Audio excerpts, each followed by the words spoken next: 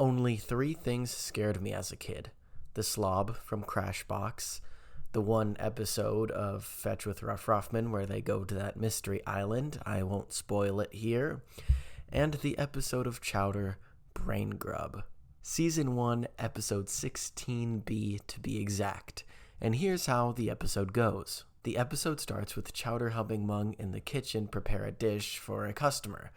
Chowder accidentally switches up a few ingredients and ends up exploding the whole dish. Mung gets frustrated and tells Chowder that he can't be acting like this. He needs to overall just be smarter. Like, he calls Chowder a scatterbrain. Now, this is very important because Chowder does not like the word scatterbrain. He finds it offensive and he doesn't want to be one. Mung decides to help Chowder get smarter through a series of exercises. The first exercise is where Mung pretends to be a customer, and it's Chowder's job to take his order. Chowder starts rambling and daydreaming and gets off task and just can't take his order. Mung again gets mad, and for the next exercise, Mung really dumbs it down for Chowder. Chowder's task is just to put away a spoon, which Chowder can't even do. Chowder puts the spoon everywhere but the correct place, including up Schnitzel's butt. Yes, that's happened. So Mung comes up with a last-ditch effort to make Chowder smarter. He takes a book, a globe, a calculator, some nerd stuff, aka glasses and a pocket protector, puts it into this machine, and out comes the Brain Grub. The Brain Grub, if eaten, makes the person eating it smarter, but Mung warns Chowder to only eat it slowly and in small portions because, your brain has to grow slowly. Of course, Chowder doesn't listen, and he shovels it all down. But now, Chowder is smart. He knows where to put the spoons and put the forks, and now he's like a good chef. He helps Mung prepare the meals. He even recommends Mung use different ingredients than the one he's using because Chowder thinks these ingredients will be better for the dish. He does this until Mung actually disagrees and believes that his ingredient is better for the dish. And while they're going back and forth, Chowder has a scary realization. Chowder realizes that all the words that they're saying are made up. If you're unaware with the show Chowder, basically they use made-up foods and call foods funny words like finger dingies, tangy tangaroos, wee berries, and stenchiladas. Chowder realizes all the words that they're saying are nonsense and not real foods. And Mung has no idea what Chowder's on about because this is his reality where, yes, these are real foods. Chowder looks around, takes in the scenery and the colors, and realizes he's in a cartoon.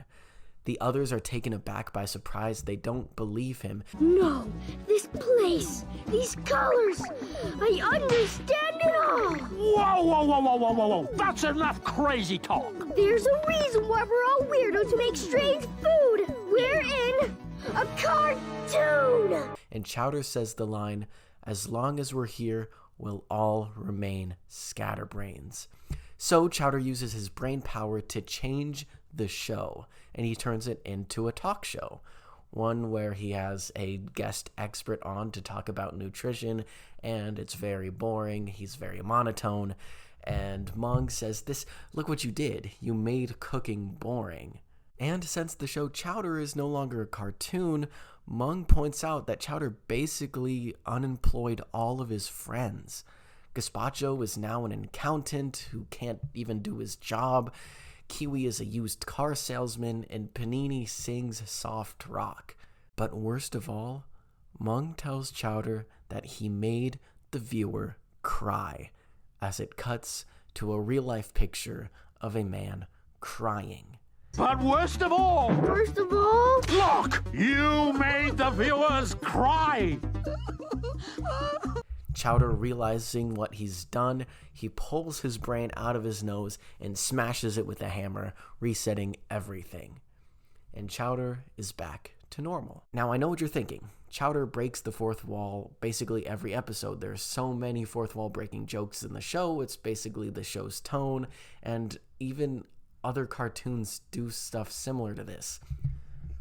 Like Amazing World of Gumball, they don't have any money, and so things start breaking down, and it basically turns into storyboards and post-it notes.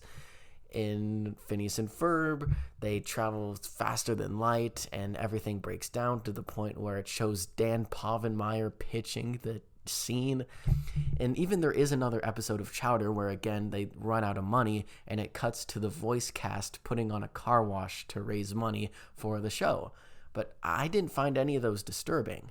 See, what's disturbing about this episode is that Chowder knows he's in a cartoon and doesn't want to do it. As we see in the episode, Chowder is really upset when he's called a scatterbrain. He cries and screams, and he doesn't want to be a scatterbrain. He'll do anything not to be a scatterbrain, but he learns to save all of his friends, to put some normalcy into their lives. He has to be a scatterbrain. It is his destiny to be a scatterbrain, and he doesn't have a choice. Because this episode shows if Chowder was aware of his situation, he wouldn't want to do it anymore. He'd want to break free. But since Chowder is dumb for like the entire series except this episode, he just lives in ignorance, not knowing that there could be a better life for him out there. Even Mung is unhappy living in this cartoon. As he says in the episode, all I want is for things to stop blowing up in my face. See, throughout the entire series, Mung is the butt of a lot of slapstick jokes. He gets hurt a lot, but he knows he has to suffer through it just so the audience is happy. This was so scary to me as a kid because I thought, do all of my favorite cartoon characters even want to be there? In this episode, Chowder isn't a character. He's a self-actualized person who has wants and dreams but has to sacrifice them for us, the viewer, to keep us happy. And as a kid, I thought, no, Chowder, do what you want. I don't matter. Please go follow your dreams. But in the end, it's us that actually matter to them. Chowder's whole existence is to keep us happy. And these characters live in some purgatory where they are just entertainers, nothing more, nothing less, and their one sole job is to keep us from crying. But ironically, this episode scared me so much that maybe I did shed a tear or two. And what's even scarier is that in a season 2 episode, Chowder references this episode, talking about the time he changed the show. So he knows the reality that he lives in, but chooses to stay in it for us. Just a silly cartoon, and as long as we stay here, we'll remain scatterbrains. Wasn't that a scary video? Happy Halloween season, everybody. I have lots of Halloween videos planned in the coming weeks, so be sure to subscribe so you don't miss those. And if you like creepy, maybe horror movie things, I did a video about Bodies, Bodies, Bodies that a lot of people have watched, so thanks. And so if you're coming from that Bodies, Bodies video, I appreciate it. Thanks for sticking around, and I got some great Halloween stuff coming up soon.